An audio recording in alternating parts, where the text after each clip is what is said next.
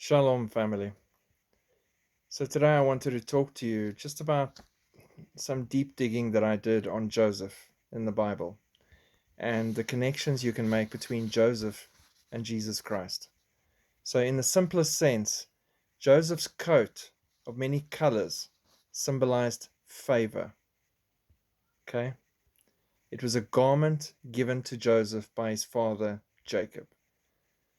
It wasn't a work garment like his brothers would wear, but an elaborate work of art made to stand out.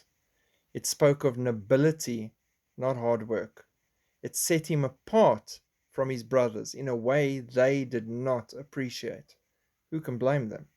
I mean, what the heck? Nobody likes to be the odd one out or the unfavored one. They were jealous, and that jealousy would reach a tipping point. So, very, very much the same sense.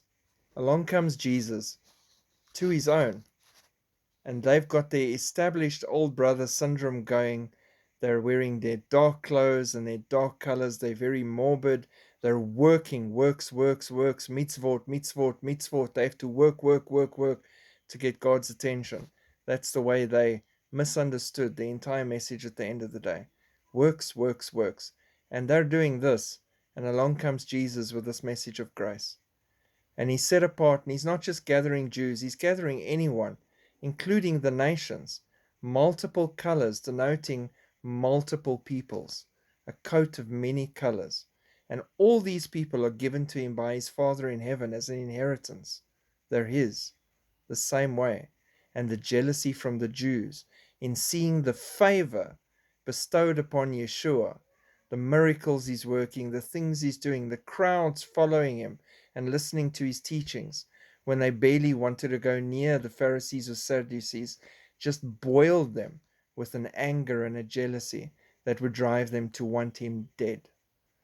The name Joseph is a biblical name, obviously.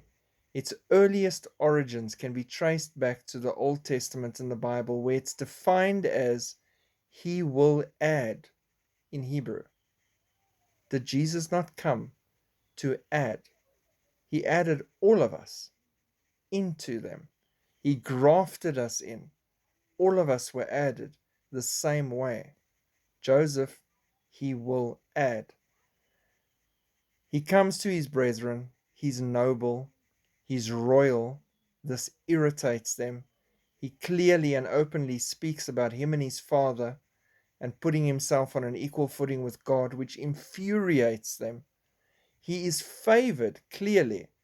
He's wearing his multicolored coat denoting the nations, and it's different to theirs. Things that he does, they would not even allow. They're used to working all the time. Like I said, works, works, works to prove themselves, whereas he has nothing to prove. They plot to kill him, and they end up selling Joseph into slavery. They kill an animal, and they pour its blood on the cloak to show to the father.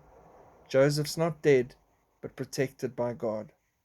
He comes out of the hole, the grave, and he's placed in a place of power through God. He was taken to Egypt after they sought to kill him.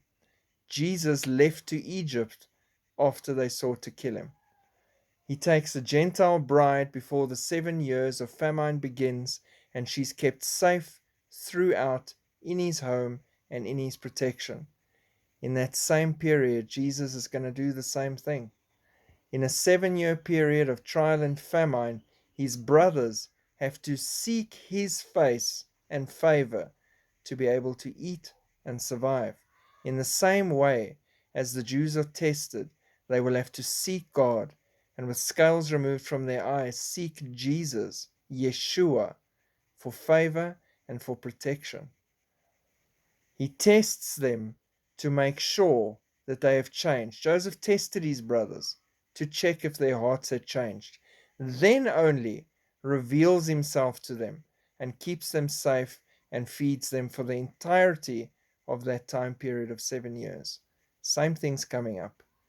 His brethren and the world suffer for the duration of the famine and have come to seek food from him and seek help. And then at the end, they're family again. They're together again. In the end, they will be family again. And those that survive and come through the tribulation will be together again. In the meantime, we as that bride will be in heaven. That cloak that was covered with his blood covers the nations and is presented, that offering is presented before God to show that it is finished. And we are bought with a very, very dear price. So ponder on that. Ponder on what Yeshua did for you, and go and read the entire story of Joseph and see all the connections. These are just some of how he foreshadows what Jesus did and is going to do, and he's coming back to reign in power with us. God bless.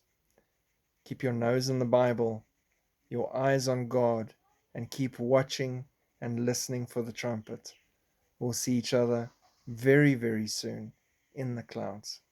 God bless and shalom.